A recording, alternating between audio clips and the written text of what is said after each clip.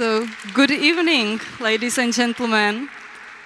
Welcome to the 7th edition of Space4Women, a traditional part of Czech Space Week. My name is Markéta Filipenská. I'm from innovation agency JIC, and tonight I will be the host of the panel discussion. The discussion which should inspire you to enter the space sector and find your own way in it. I have to say, and I will be very personal from scratch, that this event is especially close to my heart. I am absolvent or alumni of Faculty of Arts. I've studied political science, and it somehow happened in my life that I was the one who was responsible for opening the new branch of Space Incubator here in Brno several years ago. So I found myself advocating for usage of space technologies in business, and very often I was the only woman in the room. You can imagine how this feels. And it's amazing and mind-blowing for me to see how this sector has developed over the years, with many women, inspiring women and successful women entering the sector and stepping into the role model position and inspiring the other women to enter as well. Tonight you will hear very inspirational stories from different angles, from engineering, policy making, marketing, influencing. It can be a very different perspective on making your career in space. So it's my pleasure to invite on the stage 4 inspirational women. But before we will start with their introductions, I also would like to say big thank you to all main partners of Czech Space Week. You can see their logos on the slide next to me. Also to the organizers who made this possible. And one big thank you goes to Brno University of Technology, who supported us and provided us with this amazing place to organize this event. So thank you. And this discussion will start with the first panelist, with Jana Mulačová. Jana, she's the space engineer. She studied space technologies at Czech Technical University in Prague, and she also joined all those renowned institutions like the DTU Space in Denmark, also the site of ESA for space operations in Darmstadt. And she's not only the space enthusiast, but also music enthusiast, and she combined all those passions together, and she's standing behind European Space Odyssey, a viral video. You will hear about it later at the end of the event, but you have to Google it definitely. She persuaded all her colleagues and celebrities to join the stage and create the unofficial anthem of European Space Agency. Jana, welcome on the stage. Thank you for joining us.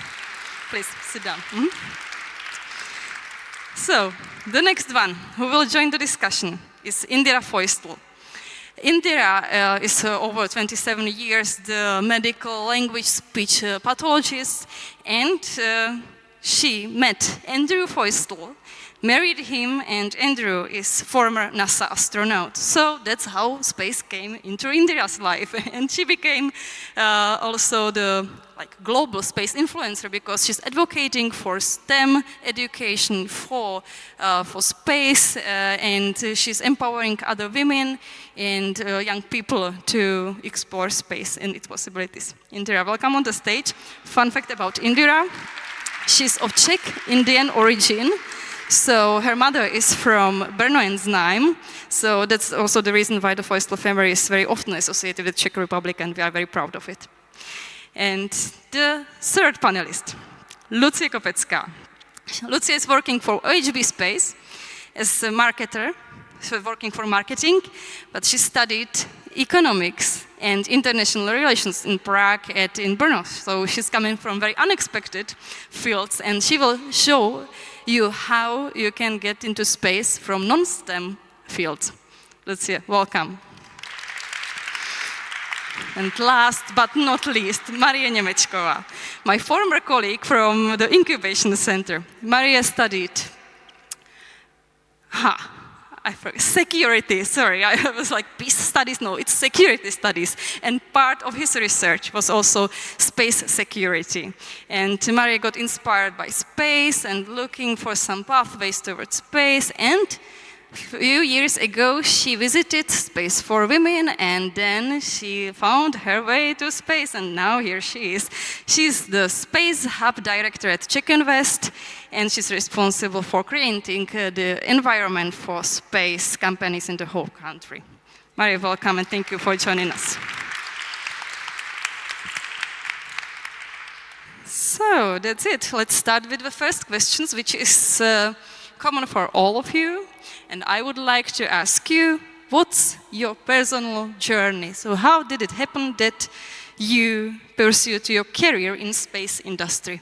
Jana, could you please start? It's working. So, well, first of all, thank you for having me.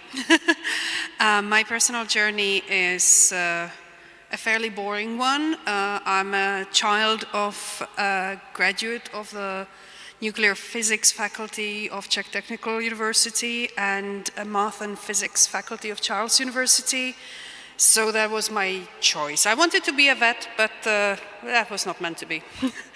So I decided to go with my father's choice, and I started studying nuclear physics. I did my bachelor degree at the Department of Physical Electronics, I believe, at the names, it's so long ago. And after that, I joined the brand new international master's program called Space Master, because it had a cool name, and also because I got involved in this thing called satellite laser ranging for my bachelor's, and it seemed like a sensible choice. And that took me to study in Germany and in Sweden, and somehow in Sweden I ran into this German guy who was showing off a fairly hopeful satellite simulator that had some really glaring flaws that I just pointed out to him in my arrogance, and he hired me to write my thesis for his company, and that company, back then called Vega, is now called Telespazio Germany, and I wrote my thesis for ESOC, European Space Operations Center, and I worked with a simulator of Rosetta, Venus Express, and Mars Express for my master's thesis. After that, of course, I got a double degree in space science and technology, and I was heavily involved in FDIR, failure detection, identification, and recovery, also prediction. And somehow that kicked off a decent career in satellite simulators and operations, but since I studied in Kiruna, I met this Swedish guy, and one thing led to another, so he got a job at the Danish National Space Institute, where, but back then it was actually called just National Space Center. I love how the Danes don't need to highlight that it's the Danish National Space Center. It was the National Space Center. Then it was the National Space Institute, and somebody put the Danish in front. And then we merged with D2 Space because obviously they needed some engineers. I had the right skill set, and we kind of wanted to live in the same general area. So I followed him to Denmark, and we lived in Sweden and worked in Denmark and commuted over the beautiful bridge over the Öresund. And that was a decade of my life, and from a measly software hardware interface designer, I became a programmer for the FPGAs, field programmable gate arrays, for a project called ASIM, which is now sitting on board the ISS, and looks at a special kind of lightning called sprites and elves. This is the point of my story where people usually go, sure, right, sprites, elves. But it's a real thing. It's still on board. It's sitting on a bench outside of the Columbus module, and not only did I start designing the FPGA, I eventually became promoted to the product assurance manager, well, at first assistant, and eventually my inexplicable ability to nitpick and always find the gap where an error is about to happen before it happens, then watch it happen and tell everyone I told them so, became a career choice. So I started being better and better in quality. Eventually, DTU Space joined the Danish Technical University. I also lectured. I gave one lecture a year on product assurance in aerospace, and then they lended me out to DTU Physics, which was the neighboring institute, and they needed to do a specific part of the fusion for energy project for ITER, which is the fusion for power generation, basically, nuclear fusion. So I was back with nuclear physics. I was quite happy with that. Nice collective there too, but I was just doing their quality work and trying to set up a quality management system where there was none, as this pioneering approach kind of resonates with me. But at some point, I just could not bear the weather. And I could not bear the Danes anymore, so I moved back to Central Europe. And I just got recruited back to Darmstadt, to Telespazio Germany, that supplied me as a contractor to ESOC, and once again. And since then, I have changed position within ESOC twice. So now I'm in my third, well, actually fourth role historically within mission operations. It is a great working environment because I'm a restless person. I don't have patience. And while in space projects, people frequently just look at the deadline slip and the mission launch windows reschedule and launchers change and everything slides and everything takes forever. Not so in mission operations. The inevitability of flight dynamics actually sets the deadline, and it's so soothing for me that things get done. If they don't get done, it's too late. So that's where I am. I'm very happy in mission operations. Great, thank you for sharing. So, Indira, what about your personal journey in space? So to get me to this point, I've had an undergraduate in psychology from McGill University. Then I went to Purdue University and I received my master's in speech-language pathology. I found it fascinating, and that's where I met Drew. So he wasn't an astronaut, he was just a student. And then we went back to Canada, where I was from, and I was the breadwinner. I don't know if we say that here, but I was the one that worked for 5 years while he was getting his PhD. Our 2 sons were born there.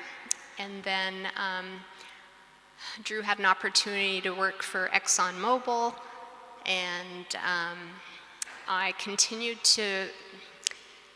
It was only supposed to be a year. My job was waiting for me back home. I was working in traumatic brain injury, and I was helping people learn to speak again or to be able to remember if they've been in a car accident, to read, write, to understand, that sort of thing, and I loved my work. But one day Drew came home and it looked very serious, so I was holding the boys, and he said, I think I want to be an astronaut. And so I saw my life flash before me. I see my family in Canada not being there, all that stuff, but I knew in my heart that he was going to be an astronaut. And I didn't realize at that time how hard it is to become an astronaut.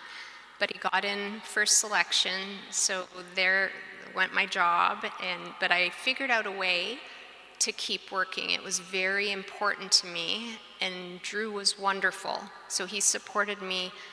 I worked part-time, and I taught tennis all the way through, and so to now, we Drew retired after 23 years at NASA.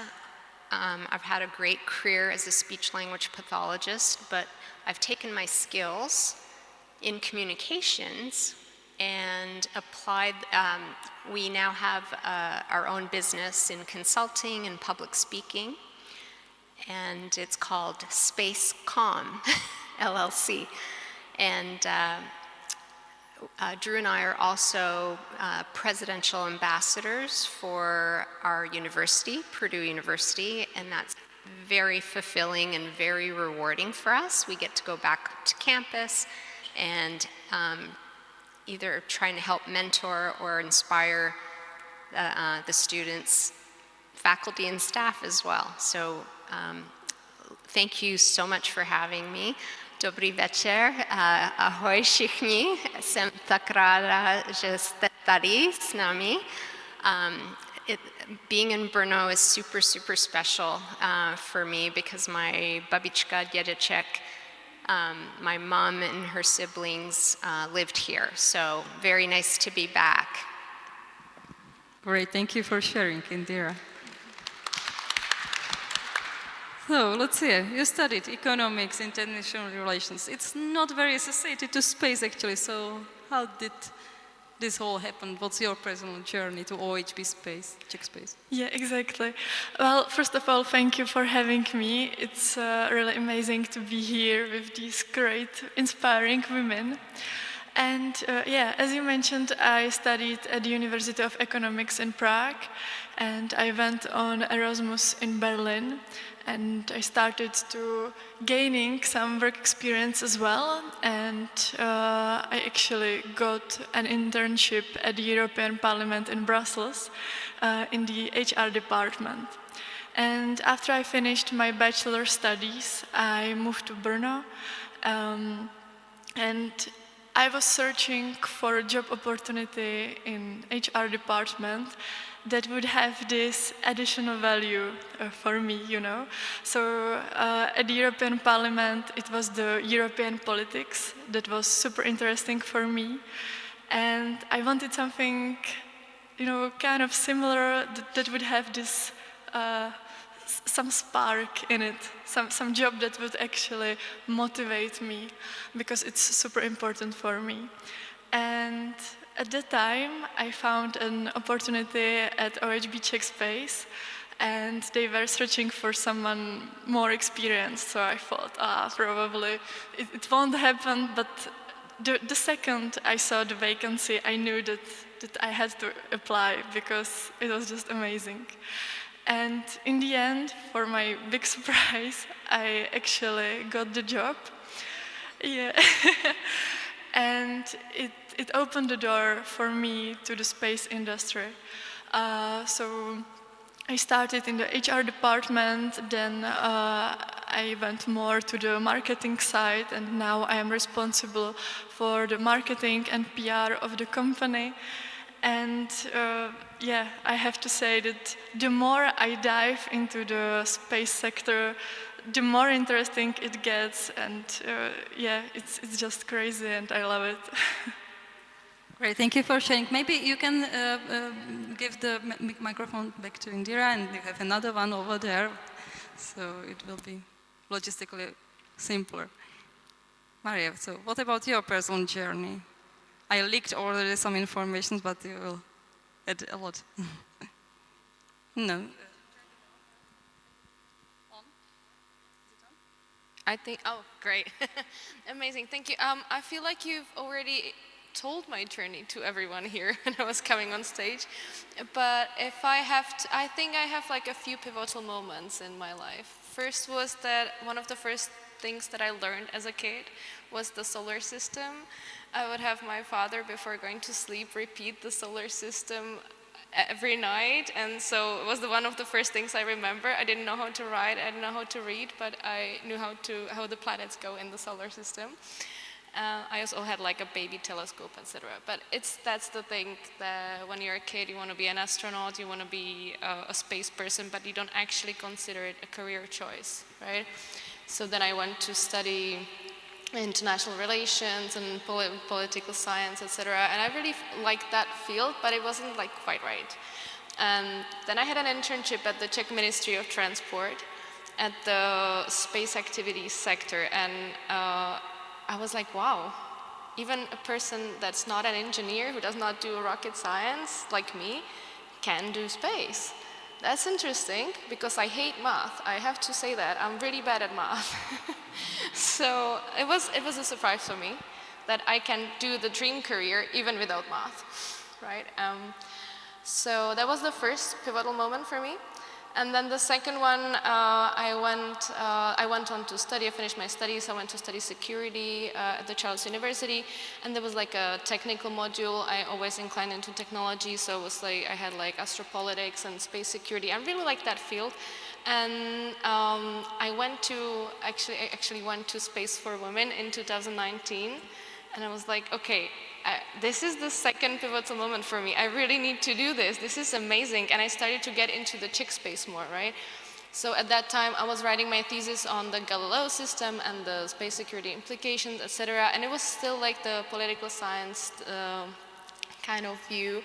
But I was more and more getting involved in the space. I was like I was following Czech space team, etc. I remember when I applied to Czech Invest, everybody was surprised that I know what Czech space team is. I was like, of course, it's my dream to work there, right? Anyway, so then I went on to pursue a career in science first, in the social sciences, not like so cool science as you, right? And I was looking into like proliferation of satellites, so for like army satellites or governmental satellites, and planetary defense, etc. And I mean, it's nice in the academia, but I kind of want to do something more. So I went for a traineeship at the European Commission at DG DEFIS, and I was like, okay, this is much better. And then, still I was following the space team, etc. And then a position opened at ESOC, as you mentioned.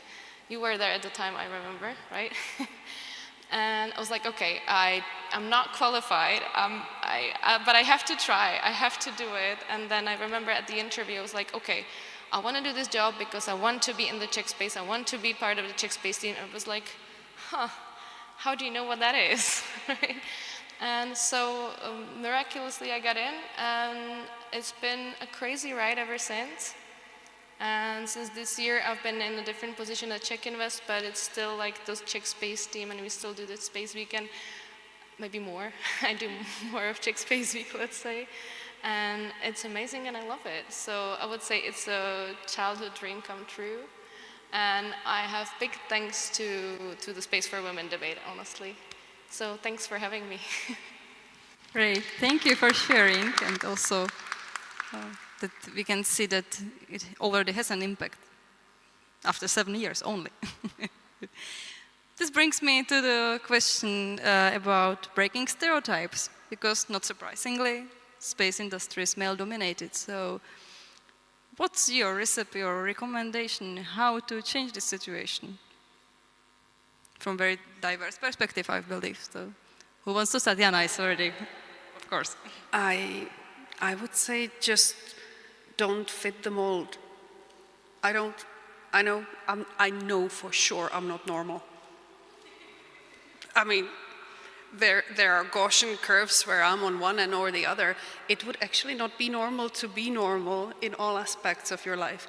Do not fit the bracket. Do not fit the box others are trying to stuff you into. And being a woman happens to set us into one of those boxes. I sure don't fit in it. So don't be normal. That is the first recommendation, how to break the stereotypes. And yeah, it can be even better. So my point of view is that you have so much to offer. Every single human being has so much to offer. So you have to look within yourself and be yourself, be your authentic self. Follow your passions, and that will lead you in the right direction. And how to break stereotypes. Try to be as confident as you can be. If you're not confident, ask yourself why and what it is that you need. Is it that you need another class, or you need to shadow someone at their work to gain that confidence before you go to an interview, that sort of thing. But just try to be as confident as you can be, and surround yourself with great people, and you'll do just fine. Thank you. So Lucia, you also seem to be ready for sharing your tips how to break the stereotype in space industry. Yeah, I would like to actually tell my personal story, if I may, because we are at a technical university. I think it fits quite well, and because I worked and still work in HR, I can tell you we really do lack women in technical fields. And quite recently I realized that when I was at gymnasium and I was thinking what to study, which university to choose, it didn't actually occur to me that I could study at a technical university, even though I always really liked mathematics, had good marks, and actually at elementary school, physics was my favorite subject. And I don't know, somehow in my head there was stuck that I'm maybe not good enough as some men in my surrounding, and I think hello, yeah. I think it was connected to the place where I was raised. I come from Děčín, which is a city in the northern part of the Czech Republic. And yes, somehow the environment gave me this stereotype in my head. And at the time I listened to it, I somehow thought that I'm probably not good enough at technical fields. And I have to tell you that it's not true. It's not true at all. And I really do want to encourage young women, if you are interested in fields like mathematics, go for it, try it. Don't think that others are better than you. And really, I can tell you from my personal experience, I see it every day at OHB Czechspace, that we have many inspiring, brilliant women in the technical engineering domains. So it's just something that I want to emphasize. This brings us to the popular, we have to change the educational system, of course, it will happen. Start with the youth. Which starts with don't be normal, and this brings us to Jana again. So, Maru, what's your idea about breaking stereotypes? I feel it's hard to say anything after what's been said because that's like, don't let anyone tell you you cannot do something. You can. I recently had someone tell me if you're not feeling confident, just imagine you're an average white man. Average white male. And that confidence is enough. I know it sounds a bit extreme, but it actually did work for me. And yeah, don't let anyone tell you cannot do something just because you're a woman. We're in the 21st century, for God's sake, right? I do have a similar experience with, being overlooked for stuff because I'm a woman, etc. And I have to say, big kudos to Czech Invest because this does not happen in Czech Invest. I really thank you, everyone. This is amazing. So yeah, confidence and follow your dreams. Don't listen to haters. Haters are here because they're sad. Yeah. So we have several tips and tricks, like imagine yourself being white male. It's great. I will repeat it to myself very often. Or average, sorry. It's very average to be white male. So, however, maybe about the European Space Agency, Anna, do you in ESA have some specific initiatives or platform how to encourage women entering space? I'm very happy that you asked. Indeed, indeed. I am in my third or fourth position within ESOC. I'm fortunate enough that I actually chose the part of ESOC that I'm working for, and the head of my department, Michelle Baker, is an excellent engineer, an excellent manager, and she has a passion for fighting for causes that matter. And mostly through her support, ESOC now has, we call it Space Plus Women, I think, or Women Plus Space. No, I'm not sure which one it is. Women Plus Space, which is an organization. We have one on each site now, and the one in ESOC is actually sort of coordinated by my head of department, Michelle, and we're trying to set up a situation where we would have some mentoring, where we would have simply educating one another about the opportunities and about ways of navigating a landscape that is, let's face it, predominantly male. I was never too much into some kind of segregation, and I'm not all that convinced that it's a binary situation at all. But I must admit that there is certain strength in advocating for one another. I believe that that's very important. And in ESOC, we now have an organization that just does that. We advocate for one another, we educate one another, we meet regularly and discuss topics that are relevant. And also, in general, ESA has a policy of sort of adjusting the number of men, women, and also nationals of member states hired. So it's if there is a position open where there are two equally qualified people and one of them happens to be a woman, women are encouraged to apply, because we are still trying to adjust the numbers, because we are still not at the natural proportion. And ESA is working really hard for it. Our HR are doing their best to promote more women within our ranks. And there is a fantastic statement by our main HR person. We are not just hiring astronauts. So it's exactly this. I'm sitting here, the only engineer, I think, because it's not just about being in STEM and being the hardcore person good in math and physics and robotics and I don't know what. It's about contributing.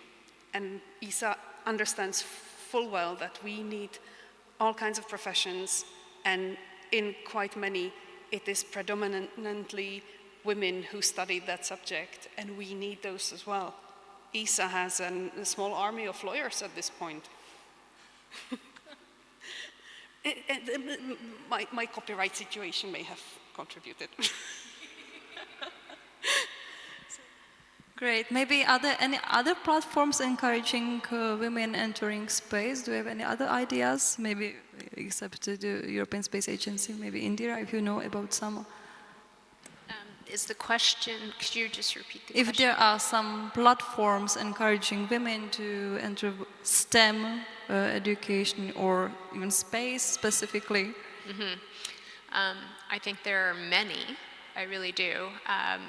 Within universities back in the US and Canada, there are definitely a lot of STEM programs and various nonprofits that are definitely trying to lift up young girls, young women, and guide them to those fields, right? And exactly what you said, it doesn't have to be that everybody has to wish to be an astronaut.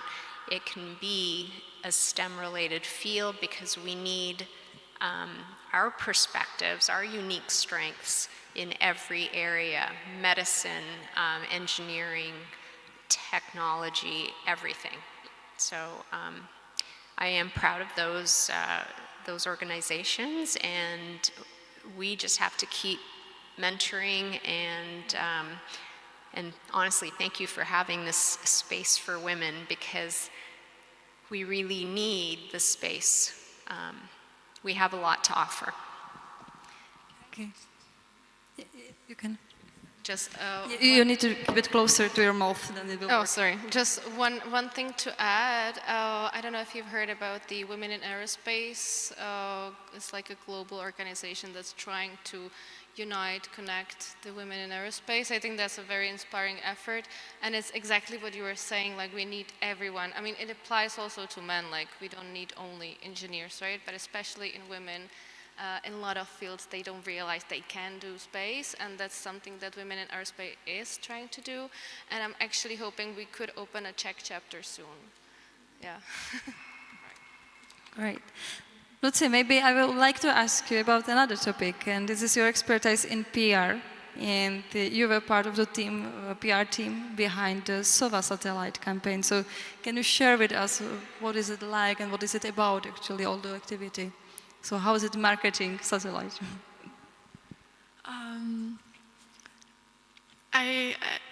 Sometimes I think about doing a marketing or PR in a different area, and I don't know, I just cannot imagine it.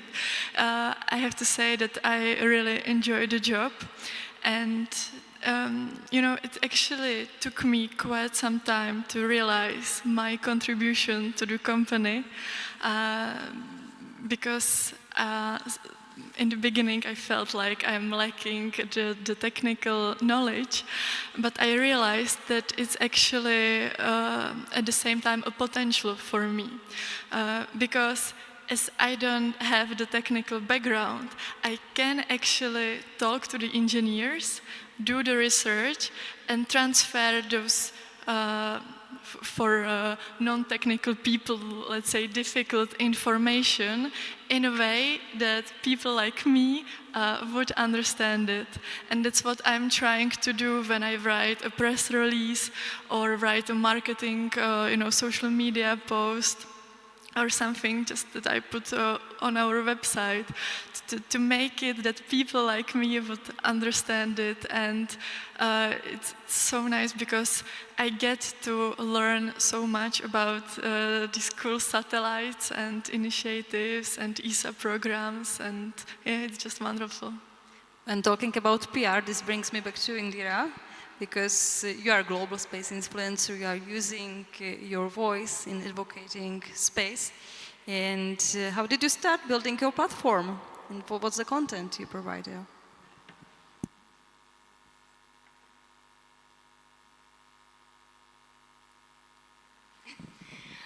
So how did I start building my platform? I personally am quite private. I never really wanted to get into social media, but then when Drew was going on his final mission in 2018, I felt like I wanted to bring almost everybody along for the journey, because I do think it's a very special thing to be a part of. And how many people get a chance to be a part of a mission, right? So I tried to get all of the Canadians on board, and I tried to, right, I think Drew took up Czech, and Jan Nero does Cosmic Písničky, and Petr Ginz's photo, the moon, Earth from the moon landscape. But so I thought that's when I'll start. So I brought people along, and everyone seemed to enjoy it, and that's how I started on social media. And I hope that that people are still inspired by that story, and that you can glean things from it. Great, thank you for sharing. And maybe one question which will be common for all of you is, and it has already been mentioned, it's the role of mentorship. It's in case of European Space Agency. However, would you recommend mentoring, and what are the benefits, and do you have some experience with it, and why is it actually useful? So who would like to start? So Indira, go for it. Mentoring is very, very important. I think that sometimes you just don't know where to go, and it's overwhelming. And if you could just have one person, kind of break it down for you, or show you the way, or give you just that encouragement to follow your dream or follow your path, it's huge. That's just my perspective. Great. Jana, would like to add on your experience with mentoring? I do see mentoring as a completely separate from, say, a feminist question. Mentoring is simply making sure that information that is out there becomes knowledge. Because information, the internet is full of information. Some of that is fake news, some of it isn't. But information in itself is not human knowledge. That's something I do for ESOC now. You need someone to connect the dots sometimes. And just the basic awareness of what your options are at any given point. How I wish, when I was starting my career, I had someone to lay out the options for me, because I just haphazardly traveled across the continent doing whatever I did. If someone told me, hey, there are these new programs coming up, you should apply, it could have been a completely different story. So awareness and knowledge comes from someone actually focusing you. It's not always easy to find all the information by yourself. It's not always easy to have an overview and good understanding of how to connect all the dots by yourself. That's mentoring for me. Okay, great. Lucie. Yeah, I would like just to add that it doesn't have to be, any formal mentoring. And I really want to, highlight this. You can just shoot a message on LinkedIn or send an email to an inspiring anyone, basically. It doesn't have to be, of course, a woman that you would like to talk with. And I think I can almost guarantee you that if you send a nice message asking for some support, they will help you, definitely. It's also good to mention that a lot of experienced people are open to share and get the knowledge. Okay, No. if I might just add, mentoring is great. I would say what's also important is the role models and leadership, because I've had a lot of inspiring women around me, not only women though, but if once you see another woman doing it, you realize you can do it too. And just like shadowing someone or like watching someone do the job as excellently as maybe these ladies do, it's very inspiring, and it can push you towards that position you were thinking you cannot get, right? Mm-hmm. Just seeing the role models, seeing the inspiration, sometimes it is enough. Sometimes you do need the mentor to point out the journey for you, and I think it would be great if we had some more mentorship in the Czech Republic. I feel like we don't really have that much, especially for women. Yeah, and I also agree with what Lucia said, like reach out to people you admire. There are people as well, and they are happy that you reached out. Yeah. Mentoring is very close to inspiration. Are there any female inspirational figures around you who inspired you to enter space sector or wherever? I hope she doesn't kill me for it, but Just closer. I have a role model, Elsa Montagnon. She was, at the time when I joined Bepi Colombo mission, she was the spacecraft operations manager. She has since moved way higher up in ESA, and I know that she had a very no-nonsense approach to things. I love her no-nonsense approach. And did I get on her nerves? Because I was her product assurance representative, And while the spacecraft was having situations and anomalies, I was saying, hold on, there is procedure.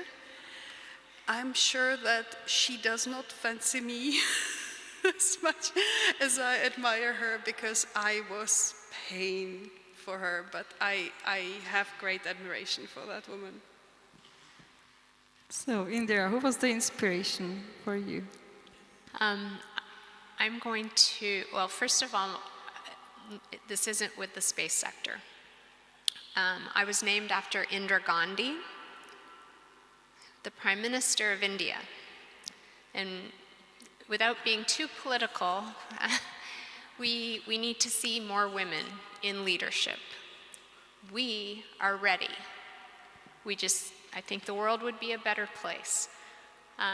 As for, I will name names. I've been very fortunate in my life. Even just as a young undergraduate, I worked in parks and recreation, tennis, and I had a wonderful mentor who taught me the ropes, Julie Lalonde. And then when I went to Purdue University, the women that were in speech-language pathology, they're all rock stars, and they continue to be rock stars.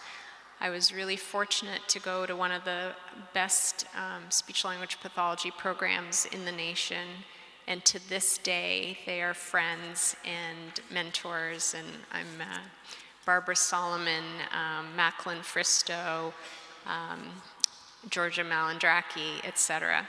And so I'm continually inspired by women and women in leadership, and I have to put out a shout out to Vice President Kamala Devi, who shares my middle name, Harris, because I was very inspired by her campaign. Thank you. So, Lucie, your inspirational figure. So it was already mentioned that it's very important to see women in leadership positions. So looking at Czech space industry, I have to mention two names that are Daniela Jovic and Anna Rojková, who are the leaders of our two Czech space companies. And it's always super impressive for me to follow them on social media or meet them in person. But I would say that in general, just my colleagues at OHB Czechspace, not only the talented female engineers, but as well my boss and colleagues who support me here today. So, yeah. Great, thank you for mentioning also young leaders of Czech space startups. Maru, what about you? I would say I have two categories of inspiration. They're the ones that are like out of reach, like Samantha Cristoforetti, right? The female astronaut that she just kicks ass. And I really admire, for example, Miss Jourová, which is like, she's not a space figure, but she's a very, very strong political figure. But then the second category for me is those around me. They're not out of reach, they're actually working around me.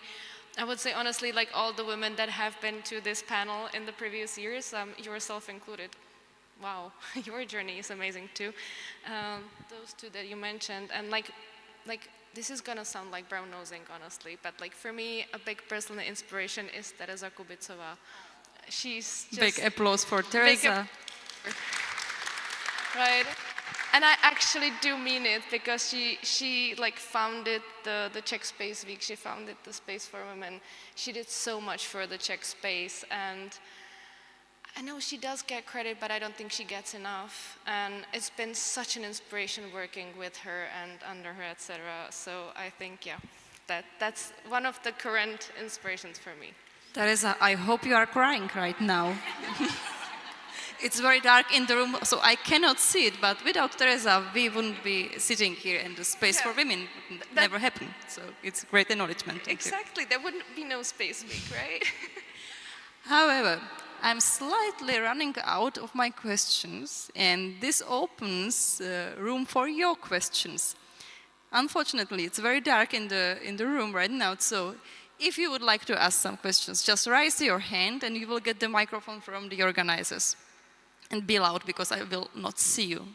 And I have another question dealing with work-life balance. It's extremely important topic, and I can imagine that space industry, such as any other, could be very demanding. So, how do you handle all your roles you have in your life and still excelling in your career? You can start, Maru. Yeah, we will go the reverse side. Sir, you cannot ask me this question in the middle of Czech Space Week. That's the best time now. Well, okay, right now there's no work-life balance. Then you can continue with the rest. Well, I lied a little bit about my reasons to leave Denmark. It was not just the horizontal rain. It was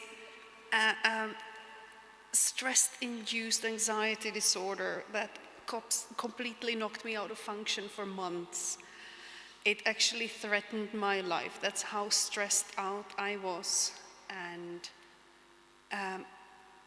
for me, work-life balance since then means attacking my stressors with ferociousness as if I was fighting for my life, because I am. Do that from day one. Don't end up like me. Don't learn the lesson the hard way. Attack your stressors. I don't mean people. Not always. I mean, if somebody actually becomes a personified stressor, attack their position in your life. Question why. Even if you can't remove them from a position of importance for yourself, why that person is stressing you. Question if they know it, question if they are doing it on purpose, then you might attack them. But attack their role as stressors, and attack stressors that are not people. Ferociously defend your right to have peace and defend your right to have time, because you don't live to work, and you don't lay your life under the feet of your work life. It's not worth it. It never was, it never will be, and people need to relearn that lesson the hard way over and over. Attack your stressors, be at peace. Great. Indira. Okay, so what I love about Jana was she was able to be her authentic self and share that no matter, just please remember that whole Instagram versus reality of life. Everybody has their moments, right? It's just a roller coaster. Life is complicated. So when we moved from Canada to the US, I left all of my family, all of my supports. I was alone. I did not know a soul, and I was trying to keep up my profession, be a good wife and mother to a 2-year-old and an 8-month-old. And I think some things that helped me were, again, surrounding yourself with good people, right? My husband was amazing. He was absolutely amazing. Drew Feustel gets huge kudos because even though he was working for a Exxon, a huge corporation where in the US you would think he would be there early, late at night, he would go in for 6 and come back at 3. He would work his time, but then he'd come home, I'd give him the kids, and I would go work at least 4 hours in a private clinic so that I could feel like I was working as a speech-language pathologist. On the weekends, he'd have the kids, and I'd go teach some private lessons. So surround yourself with good people, and the most important thing, and Jana did touch on it, is self-care. You are nothing if you don't take care of yourself. You have to take care of yourself first before you take care of others. And then as for work-life balance, yes, you have to create limits. How far can we go? And I worked at a place where I wasn't setting limits and I was working too much and I lost 10 pounds. That's not healthy. So again, it might look all perfect, but everybody has their issues that they struggle with. And so just make sure you do the self-care and you get the help you need to have that work-life balance. But the work and the life. So as much as you put into work, put into life, go for those vacations, use up that time. And I know I don't have to tell the Europeans. Americans and Canadians, well now, Canadians have it figured out. Americans, this is for you. Use up that vacation time. So Lucie, what about your recommendations for work-life balance? So I think that my perspective is a bit different. I have finished the university studies not that long ago, but for me it was very useful to have the opportunity to work part-time, and I see it in the industry, I would say not only in space industry, but in industry in the Czech Republic in general, that we do have this opportunity. It is offered by companies, and I see that many of my female colleagues actually do have part-times, and I think they are very happy about it because they can both manage their career and focus on children. So I think that this is a good path that we are on. And maybe another tip that I would give is to really focus on separating your work life and your free time. I know that sometimes it can be quite challenging. For example, when I was organizing the SOVA press conference / industry day, I was so into it that I would check messages at 8-9 p.m. But I have learned that this is not the right way. But we learn from our mistakes. And of course, there are some difficult times, but we should focus on it definitely. Okay. You find some hope, Maru, right? I feel like, when I said ask for mentorship when you feel like you need it, I think I'll ask Jana for mentorship because I have a big problem finding work-life balance because my job is my passion. I love space and it's like a dream come true. So there is a blur between what is personal and what is the work. And I know it's not healthy, okay? But it's like that, and I think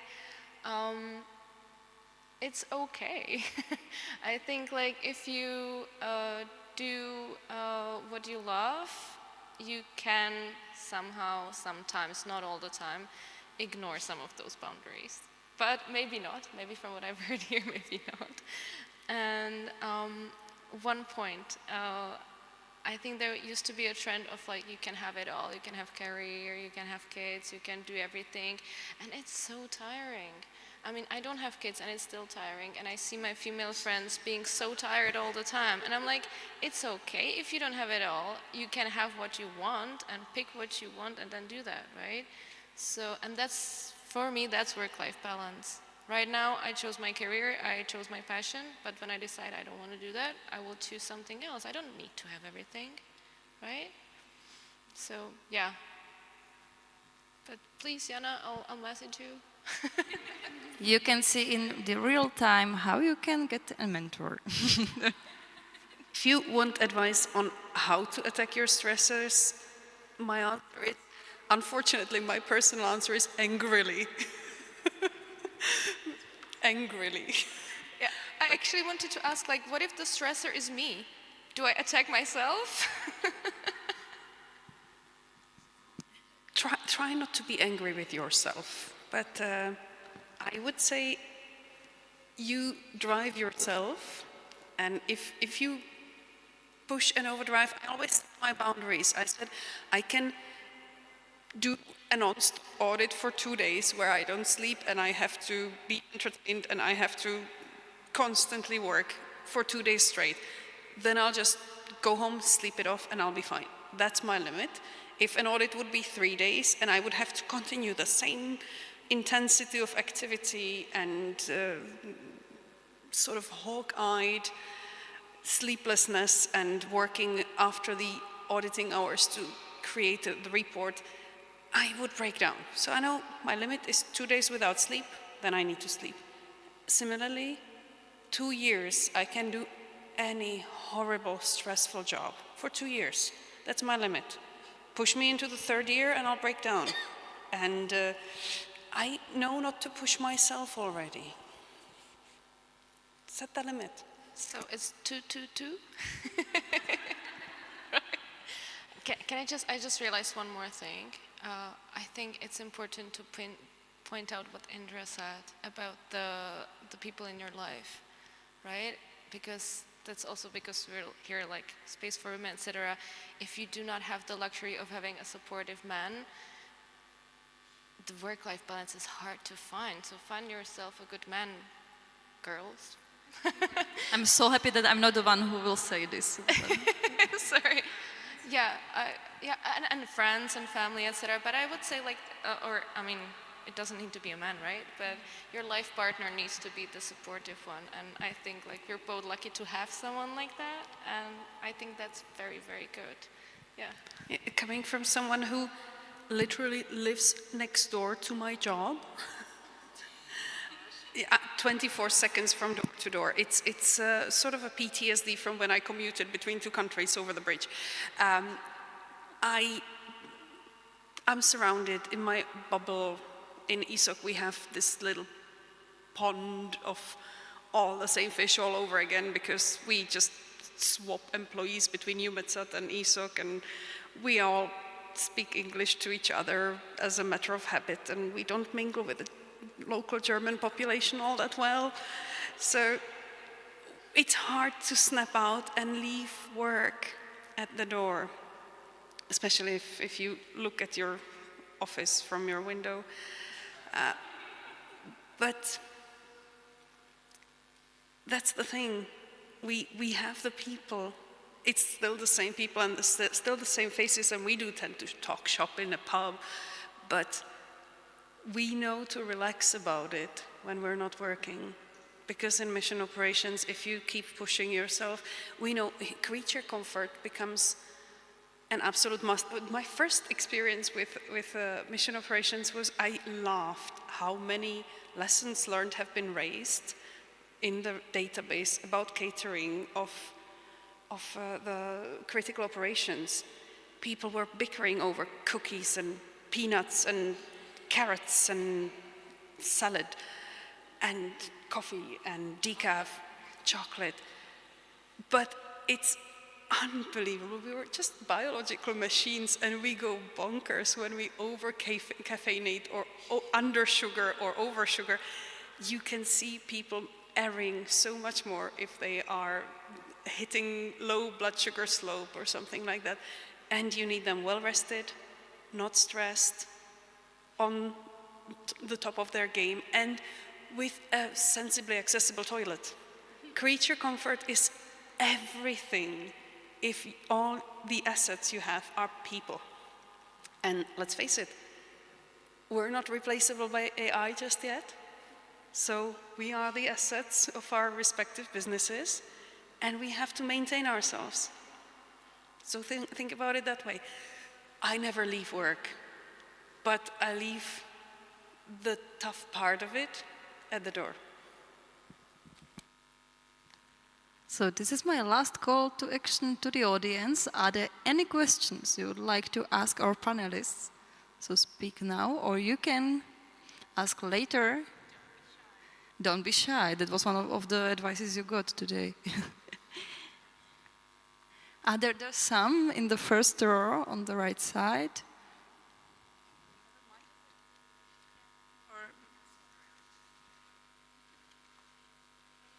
Thank you. Just closer to your mouth, maybe Maybe it's off.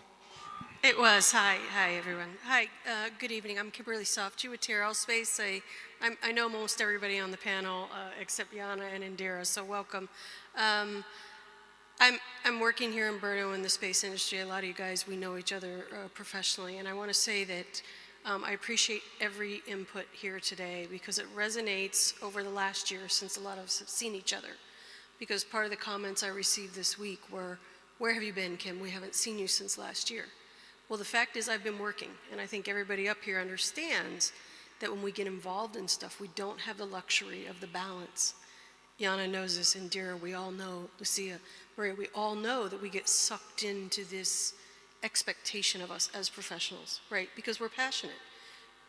I was deeply disappointed in the last several months by hearing comments, take the emotion out of the job, quit being who you are. And I keep reminding people, and I want to make sure that everybody in the audience, at least our younger ladies, understand, part of the passion for the job is what makes us successful. So when somebody throws on the table, especially an average white guy, and says to me, "You're just too emotional in the job," well, that's why you're successful, is because I care. And so I want people to understand, and I want to thank you guys for being your true selves, because part of it is, I am my true self. A lot of you guys that know me, I believe in authenticity, and that's how we're successful. And because part of the rhetoric I hear all the time is, why can't you just leave at 2:30 like me? Well, that's because I'm working at 7 o'clock at night doing the job you didn't, right? I am my authentic self. I'm committed, and I want to make sure that everybody is encouraged to be their authentic self. You can be emotional, you can be passionate. You know, we are passionate creatures, and I don't want people to keep having to shelf that. For a lot of you guys that didn't know, the last 2 months I've been taking holiday because I've worked for the last year without a break. And you know what I was told? Where were you? You should have been here. I can take I'm American, Indira, just so you know. So of course, I'm in. When I'm in. So, but people have to understand there is a balance, but we also have to be able to take and not feel guilty for being who we are. We are going to have other commitments, family, partners. We need vacation just like everybody else. So I don't want anyone to ever feel that they can't be those people that they actually are to be successful. And I think we've all experienced that. It affects us emotionally, mentally, physically, and it can manifest itself differently. But the success we share with everyone that we care about. And I think I want everybody to understand, and especially some of the ladies that are inspired and the young men to go into the field, it comes at a cost. Nothing is for free. But the end is to see the product, right? We mentor the people that we care about. We grow out the industry. And one of the reasons that I enjoy being here in the Czech Republic is that the industry is small enough to have an impact. And I appreciate the opportunity we've had over the last year and the last couple of years together, but I want everybody to see that it all comes because we want to be successful together. But be authentic about it. The passion is okay. The authenticity is appreciated. And even though maybe we don't hear it enough in the workplace, right? The ecosystem is sitting in this room. The future is sitting in this room. So I want everybody to understand. I want to thank you ladies today for taking the time, because it's been very inspiring for me. It's been a long year. Teresa and I said, "Oh my God, where have you been?" I've been working. I haven't been able to leave the office. But that's because we have a goal to achieve and something to accomplish. And I want to thank everybody for being an example of that. So thank you ladies very much for standing up today. Thank you. Thank you for your comment and also for sharing your perspectives. And are there any other comments or questions from the audience? Thank you, Michal, for organizing the microphone. Hello, Veronika from ESOC Czech Republic. I was looking for the story behind European Space Odyssey, actually, from Jana. So, European Space Odyssey. I was looking for the backstory, and I was actually wondering if there is like Isa Koar, and then I was thinking about, because I know that Markéta sings, I know Maruška sings. I don't know about Indira or Lucka, but I feel like there's some connection between space and and music. So. If you could. So, is it an appeal to sing during networking the new version of European Space Odyssey? Maybe we can try it. Thank you. Well, I have been told time and time again that the same brain centers in the human brain that are responsible for talent for mathematics are also responsible for talent for music, but I'm actually really bad at music. I can sing somewhat.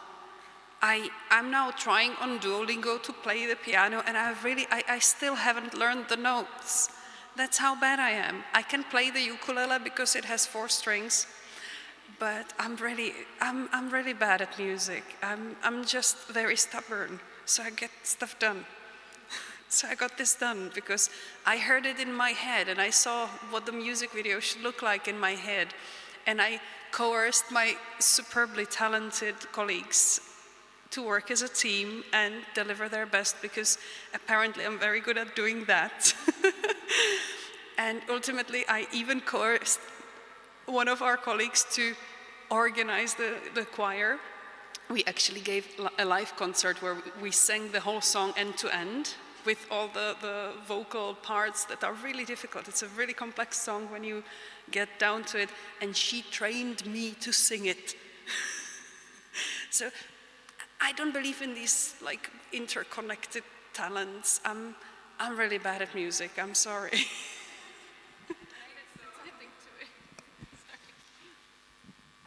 I just want to add, I've had like a lot of music in my life. I've been always musical. I play the harp, sing, whatever. So I would say I am good in music, but I'm very bad at math.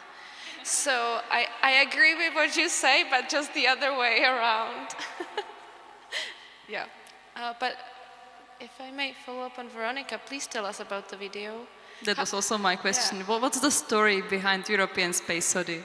And Brian May, right? Brian May, yeah, was part of it. Well, I already mentioned the copyright situation, didn't I? Essentially, we already had some. I'll start from the end and work my way to the beginning. We already had the recorded music video, and we had issues getting it published because we had most parts of it anyway. And the trouble was, copyright. You can't just shoot out a song like this. You can if you're a group of enthusiasts, but if you're affiliated with a European Space Agency or something of that sort, some copyright agent somewhere might come to the idea to sue somebody to get some money out of it, because you never know. So ESA is very conservative about this, and it took us easily half a year to negotiate to actually find a way to out the video somehow, because we had it sitting in a drawer basically with very little hopes at some point that it would see the light of the day and it would be seen across the world. But we still did not film all the scenes, and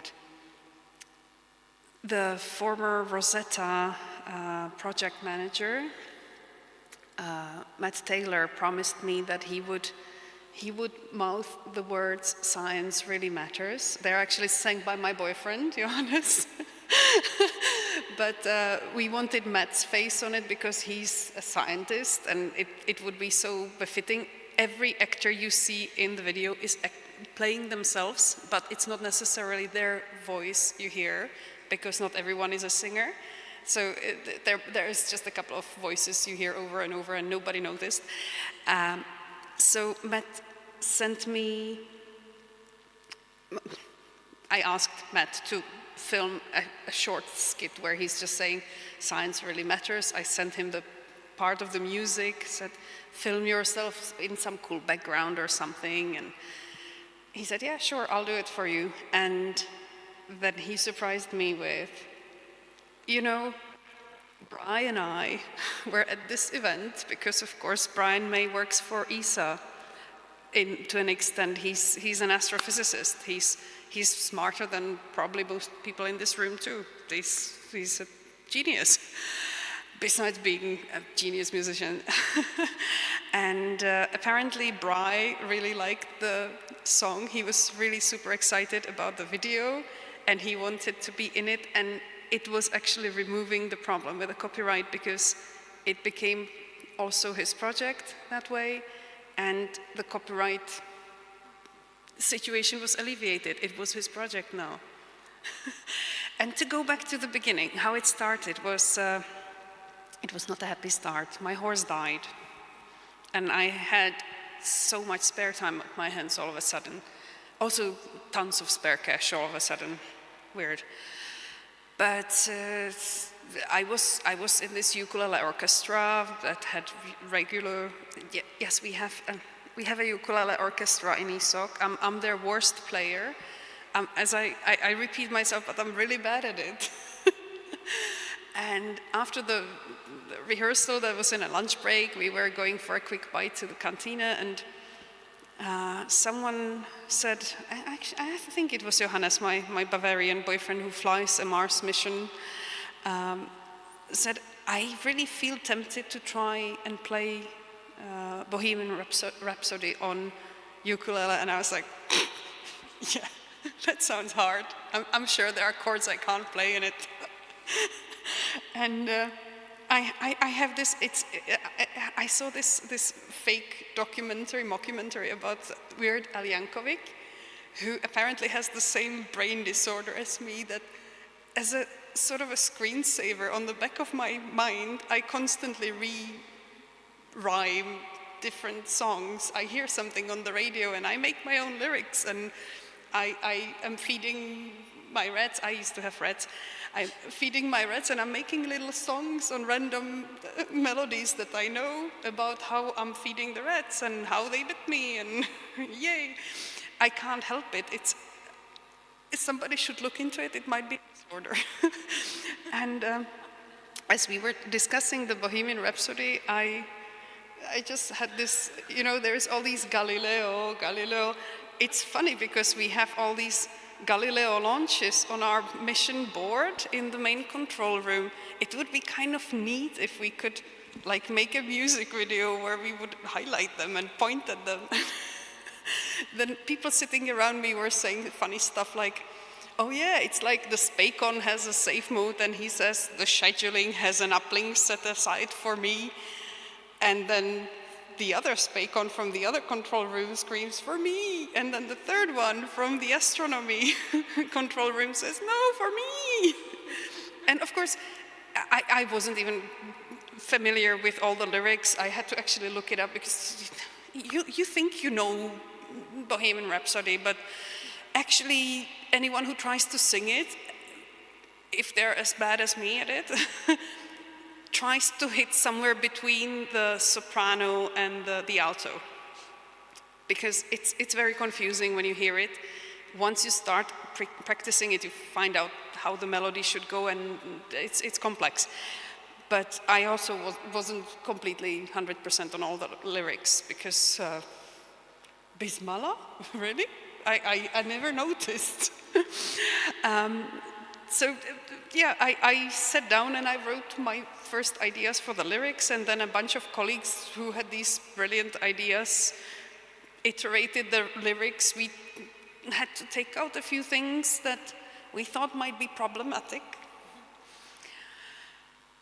We did not mention some missions that had some problems, but we could mention Gaia and the famous transponder failure of Gaia, because the flight control team, which I was part of back then, sort of consented to it. So that's why there's this lovely part about Gaia. And they actually indeed did, and it was happening within the span of a few months apart that they actually recovered from that critical situation. And then we had the song about it, and they all acted in their control room, and they were quite happy to do so. By the way, when you think you're hearing Dave Milligan, who was the spacecraft operations manager of Gaia at the time, you're actually hearing Bruno Sousa, who was at that time spacecraft operations manager of Cluster, which is the spacecraft they're drumming in the band playing scene. So we had a lot of fun with that. I learned my most important lesson was, if anyone could oppose the project, get them in on it. So the person who's being shot by the ray gun, the green laser gun, that is ESOC's director, Rolf Densing. He had a lot of fun doing that. So it just escalated from there. And there happens to be a musicians club. We have these social clubs because, as I said, we kind of have a bubble in which we hang out together even when we are not working. And we have a filmmaking club, and we have by the way, recently they released a very Ukulele orchestra filmmaking club, is cooler than I thought. We made a really funny spoof of Star Trek. I'm playing the quality assurance officer in Star Trek. We can get to that later. But I used some real life quotes in that one. And recently they made a Halloween film where everybody murders everybody. That was a lot of funny effects, and they're having so much fun with it. I wasn't in that one, I just helped write it. And we also have this musicians club where we have this ukulele orchestra and several really good bands that play really good music. And it's something we do after work or in lunch breaks, just to hang out together and do something fun. And I am sort of the bridge between those two clubs that always creates problems. So it's not the only video that we made this way. We also made this Lady Gaga one for Jews. There's more coming. Yeah, when the Jupiter Icy Moon missions was launched, we released a video called Shadows of Icy Moons. You can also look it up. You can hear my voice there, but you can't see me. Anyway, we will have the opportunity, because we agreed with organizers that during networking they will find the video on YouTube and they will stream it. So it will be great during the networking. It will be the best networking ever. However, it's more than 90 minutes we are on the stage, and is there any very last questions from the audience? So the last one on the left side, Michal, thank you. Hello, good evening. My name is Wojciech. Thank you very much for a great discussion. I may have a question for the whole panel. Do you believe that there are some steps that could space organizations or governments maybe take to break down the barriers for more women or other underrepresented groups to enter space or STEM fields in general? Great question, thank you for it. So, we have just one microphone, so you have to share it. So I start because I'm the government? Or no, honestly, I really like what the ES is doing. I think they have a great support for women. No, I think we do like that in the Czech Republic, the opportunity of part-time jobs. Like there are part-time job opportunities for women, for example, when they're in the maternity leave, but they still want to work. They don't want to get sucked up in the whole motherhood bubble, which can be a bit overwhelming. And I would say it's good with the Czech space companies, and most of them, they are understanding it, but it could be much better. And I think there should be some incentive from the government to like, okay, so if there is a woman who's on maternity leave or has small kids and cannot work full time, but you give her like opportunity to have a part-time job, there should be some tax stuff, or I don't know. I think it should work. I mean, if you look at Denmark, I mean, yeah, the weather is horrible, but they do it very well, from what I know from my Danish friends, right? Just keep the microphone closer. Sorry, yeah. So I would say we should get the inspiration from the Nordic countries in that sense, because I feel they do it very well with the part-time jobs opportunities and incentive for the companies to actually involve women. Yeah, because a lot of times when you apply for a job, the fact that you might leave for maternity leave is there. And it's very long in the Czech Republic, so I do know a few of my friends, colleagues, no, not colleagues, but my friends that have been rejected from a job because, yeah, she's in her late 20s, early 30s. She might want to have kids soon, so we don't want to hire her just for her to leave on maternity leave. And for me, that is a big problem, and I think the government can give some sort of incentive towards that. Yeah. Great. Lucia. In my point of view, it should be a joint effort, you know, not just the government, but working together, the science, the academia, the industry, then the government. But I can mention, for example, that the Education Institute of the South Moravian region, they do have some efforts, and for example at OHB Czechspace we had a group of elementary teachers and we were telling them about the job opportunities in the space industry. And I think that this is really the key, to focus on the youth and to show them that there are these amazing opportunities. And as we mentioned before, not just in the technical domains, but in so many others that we already mentioned. And there are opportunities as well for people that, for example, don't go to university, but they have, for example, good technical skills that they learned at high school. And I think that this is something that should be highlighted. Thank you. Indira. That's an excellent point. You know, starting education, you know, getting the kids when they're young to be thinking about all the opportunities and not stereotyping like we've talked about. And that's also a responsibility of the parents, right? To make sure that it's a little bit more unisex, that it's not just pink and blue, and just giving the girls as many opportunities as the boys have. As for government or corporations, I think the men in the roles that can open the doors for women have to start doing that. We need alliances with the men in our lives, right, in society, to open more doors for women. It's time. I couldn't agree more. I was about to say something very similar. It's not about institutionalized and legalized pressures. It's about every single person's action, including the man.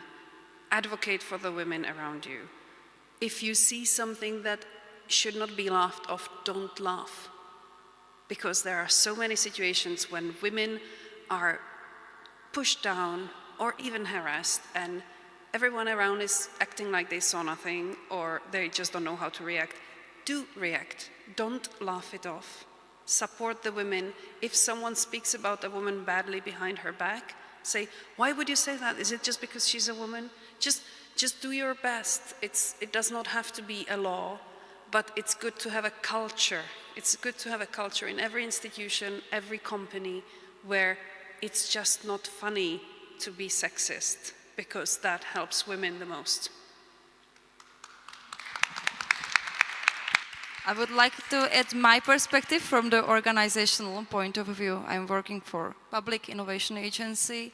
We are working with startups, with people who would like to start their businesses, and I'm on the side working with students. So we are encouraging young people, would-be entrepreneurs, to start their business, and especially in STEM fields like university students.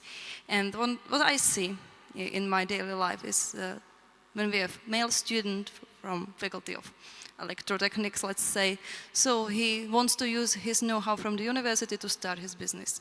And the female student from the same faculty says, so I can maybe bake cookies and start my own small business. So that's where we see the ambitions of young women are not comparable to those of their male counterparts. And that's the reason we decided to start the program Empower for female students from universities located here in Brno, and not only for students, also for young women and young professionals.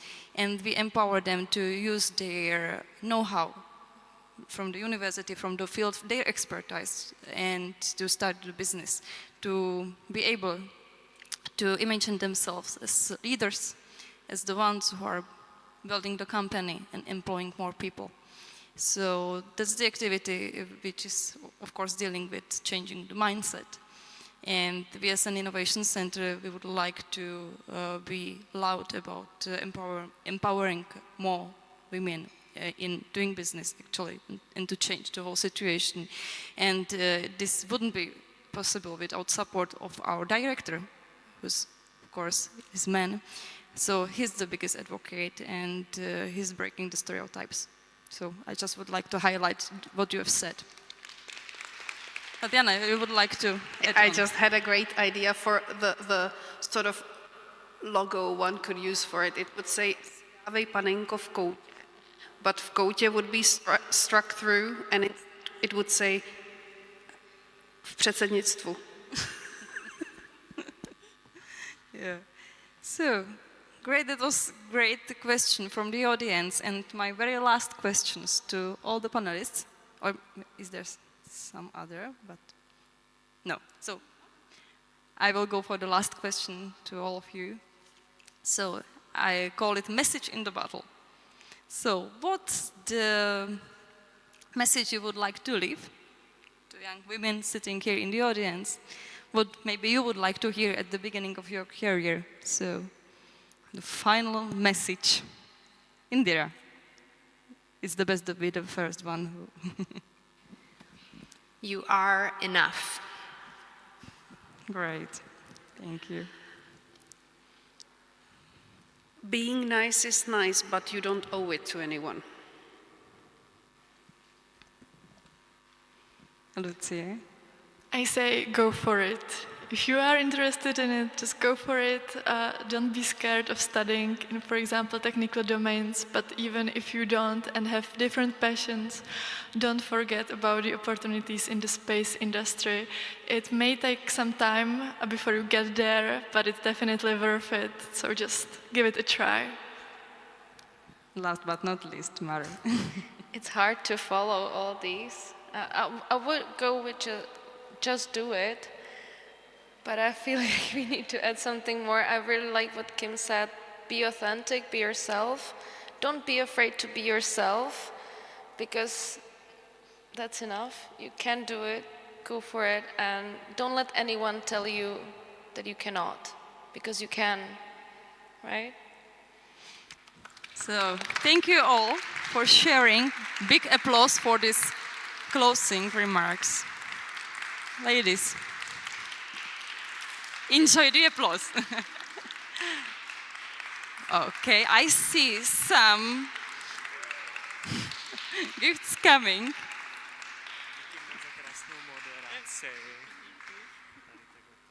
You were too quick because I wanted to add something, but I cannot. But it's not the end, definitely. Thank you.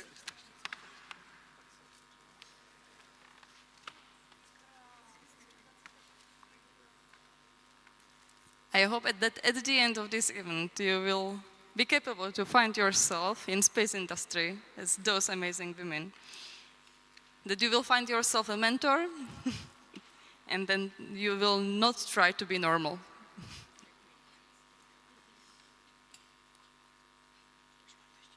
And because we are at the Brno University of Technology, I also got information from the organizers that Mr. Rector Ladislav Janíček will join us.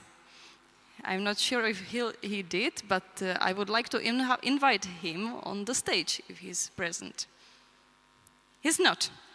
So that was it from my side.